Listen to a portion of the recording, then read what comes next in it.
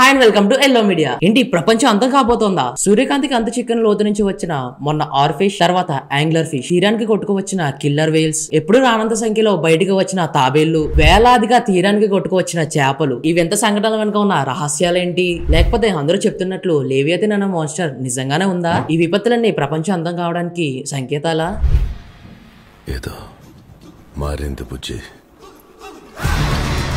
వీటన్నిటి గురించి తెలుసుకోవాలని ఉందా? అయితే వీడియోని చివరి దాకా చూడండి. వీడియోలోకి వెళ్లే ముందు వీడియోని లైక్ చేసి, షేర్ చేసి ఎల్లో మీడియాని సబ్స్క్రైబ్ చేయండి. అలాగే సబ్స్క్రైబ్ బటన్ పక్కన ఉన్న బెల్ ఐకాన్ ఆన్ లో పెట్టుకోవడం మాత్రం మర్చిపోకండి. సముద్రం చాలా విశాలమైంది మరియు రహస్యమైంది. ఎప్పటికప్పుడు మానవులకు ఆకర్షణ మరియు ఆసక్తిని కలిగిస్తుంది. సముద్రంలోని లోతైన గుహల నుంచి మనం జీవించే తీరం వరకు సముద్ర జీవులు మన ఊహలను ఆకర్షిస్తాయి మరియు అనేక ఇతిహాసాలను రేకెత్తిస్తాయి. కానీ ఇటీవల సముద్రంలోని రహస్యాలు మళ్లీ తలెత్తాయి, ఆసక్తిని మళ్లీ పుట్టిస్తున్నాయి. ఈ రోజు మనం ఈ రహస్యమైన కథను అన్వేషించబోతున్నాం. ఇదివరకే మెక్సికోలో తీరానికి కొట్టుకొచ్చిన ఓర్ ఫిష్ ని మీరు చూసే ఉంటారు. సముద్ర గర్భంలో నివసించే అరుదైన ఓర్ ఫిష్ ఇటీవల మెక్సికో పసిఫిక్ తీరంలో కనిపించింది. పాముల పొడవుగా ఉండి మరియు దాని దేహం సిల్వర్ రంగులో మెరుస్తూ ఉంటుంది. సాధారణంగా సముద్ర ఉపరితలం నుండి 10 కిలోమీటర్ల లోతులో నివసించే ఈ చేపలు అరుదుగా మాత్రమే పైకి వస్తాయి. ఈ కారణంగా ఓర్ఫిష్ దర్శనం స్థానికులలో ఆసక్తి మరియు ఆందోళనను రేకెత్తిస్తున్నాయి. ఈ ఓర్ఫిష్ గురించి జపాన్ లో పురాణ కథలు కూడా ఉన్నాయి. అయితే జపాన్ పురాణాల ప్రకారం ఓర్ఫిష్ ని దేవదూతగా భావిస్తారు. 2011లో జపాన్ లో సునామీ సంభవించడానికి ముందు కూడా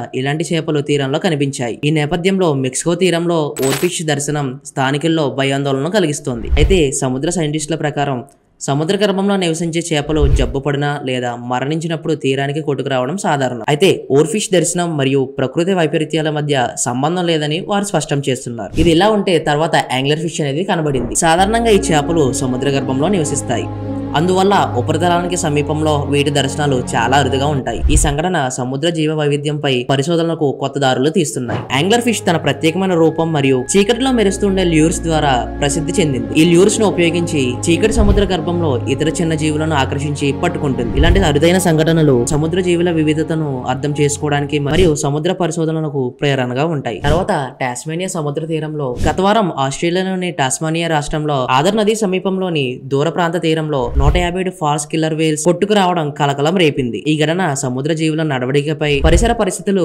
ప్రతికూలంగా ఉండడం, తీర ప్రాంతం చాలా దూరంగా ఉండడం వలన సహాయక చర్యలు సవాళ్లను ఎదుర్కొంటున్నాయి. ఈ ఘటనలో 27 వేల్స్ ను తీవ్ర గాయాల కారణంగా యూథనైజ్ చేయాల్సి వచ్చింది. అయితే 38 వేల్స్ లను విజయవంతంగా రక్షించి సముద్రంలోకి పంపించారు. మిగిలిన వాటిని పరిశీలిస్తూ వీలైనంత వరకు సహాయక చర్యలు కొనసాగుతున్నాయి. ఇలాంటి ఘటనలు చాలా ప్రశ్నలకు దారితీస్తున్నాయి. సముద్ర జీవులు తీరానికి కొట్టుకు రావడం వాతావరణంలోని మార్పుల లేకపోతే మానవులు చేసే చర్యల ప్రభావమా తెలియడం లేదు. అలాగే ఇటీవల ఎప్పుడూ రానంత సంఖ్యలో లక్షలాది తాబేళ్లు ఒడిశా తీరానికి వచ్చాయి. ఇటీవల ఒడిశా రాష్ట్రంలోని ఋషిక్యుల తీరంలో సుమారు 7 లక్షల ఓలివ్ రిడ్లీ తాబేళ్లు గూడు పెట్టడం జరిగింది. ఇది గత రికార్డును మించిపోయింది. ఈ విజయానికి అనుకూల వాతావరణ పరిస్థితులు మరియు ఒడిశా అటవీ శాఖ చేపట్టిన సమర్థవంతమైన సంరక్షణ చర్యలు కారణమని అధికారులు తెలిపారు. ఈ సంవత్సరం తాబేళ్లు గూడు పెట్టడం రాత్రిపూట కాకుండా పగటి సమయంలో కూడా జరుగుతోంది. ఇది పరిశోధనలకు మరియు పర్యాటకులకు అరుదైన అవకాశం కల్పించింది. దాని తర్వాత ఆంధ్రప్రదేశ్ లోని విశాఖపట్నం మరియు కాకినాడ తీరాల్లో సముద్రం వెనక్కి వెళ్తోంది. ఈ ఘటనను గమనించిన స్థానికులు భయాందోళన చెందుతున్నారు. ఆంధ్రప్రదేశ్ లో సముద్రం వెనక్కి వెళ్లడం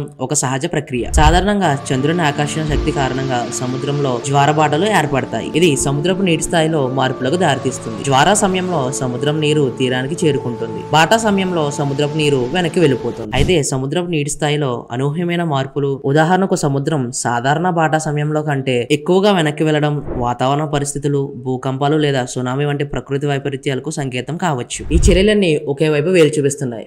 అదే లేవియాతిన్ మాన్స్టర్. లేవియాతిన్ అనే పేరు ప్రాచీన గ్రంథాల్లో ముఖ్యంగా బైబిల్లో ఒక భయానకర సముద్ర ప్రాణిగా పేర్కొనబడింది. ఈ ప్రాణికి చాలా మంది మహాసముద్రాల్లో నివసించే అపారమైన శక్తి ఉన్న జీవిగా వర్ణించుతారు. కొన్ని పురాణాల్లో లేవియాతిన్ ఒక విశాలమైన నాగపాము లేదా డ్రాగన్ గా వివరించారు. దీనిని సముద్రపు దేవతలతో మరియు అంతరిక్ష శక్తులతో అనుసంధించారు. లేవియాతిన్ పూర్వకాలపు కథగా భావించిన సముద్ర గర్భంలో ఇంకా తెలియని అనేక రహస్య జీవులు ఉన్నాయి. సాంకేతిక పురోగతుల ద్వారా శాస్త్రవేత్తలు లోతైన సముద్ర ప్రాంతాలను అన్వేషించి అనేక కొత్త జీవులను కనుగొంటున్నారు. మెరీనా ట్రెంచ్ వంటి లోతైన ప్రాంతాల్లో కనుగొన్న జీవులు భూమిపై ఉన్న జీవుల కంటే విభిన్నంగా ఉండడమే కాక అత్యంత ప్రతికూల పరిస్థితుల్లో కూడా జీవించగలిగే స్వభావం కలిగి ఉన్నాయి. అయితే నిజంగానే లేవియతన్ అనే మాన్స్టర్ ఉందా? దీన్ని అన్వేషిస్తున్నారా అనే విషయం తెలుసుకుందాం. సముద్రంలో లేవియతన్ వంటి పెద్ద జీవులు ఉన్నాయా లేదా అన్నది శాస్త్రవేత్తలకు ఆసక్తికరమైన ప్రశ్న. గతంలో కొన్ని సముద్ర ప్రదేశాల్లో పెద్ద సర్పం వంటి జీవుల కథలు విన్నప్పటికీ శాస్త్రీయ ఆధారాలు లేవు. అయితే సముద్రాలు ఇంకా అన్వేషించని ప్రదేశాలు ఉన్నందున ఈ ప్రశ్నకు సమాధానం ఇంకా తెలియడం లేదు. సముద్రం మన ప్రాణాలను జీవింపజేసే మరియు రహస్యాలతో నిండిన ప్రపంచంగా ఉంది. ఆర్ఫిష్ మరియు యాంగ్లర్ ఫిష్ నుంచి ఓలివ్ రిడ్లీ టార్టాయిస్ సంరక్షణ వరకు ప్రతి ఒక్కటి మనకు సముద్రం గురించి తెలిసిన రహస్యాలను మరింత అర్థం చేసుకోవడానికి దారితీస్తున్నాయి. So that's all for today guys. ఇలాంటి మరిన్ని ఇన్ఫర్మేటివ్ వీడియోస్ కోసం ఇప్పుడు ఎల్లో మీడియాని సబ్స్క్రైబ్ చేయండి. నేను మీ శివాజీ, సైనింగ్ ఆఫ్.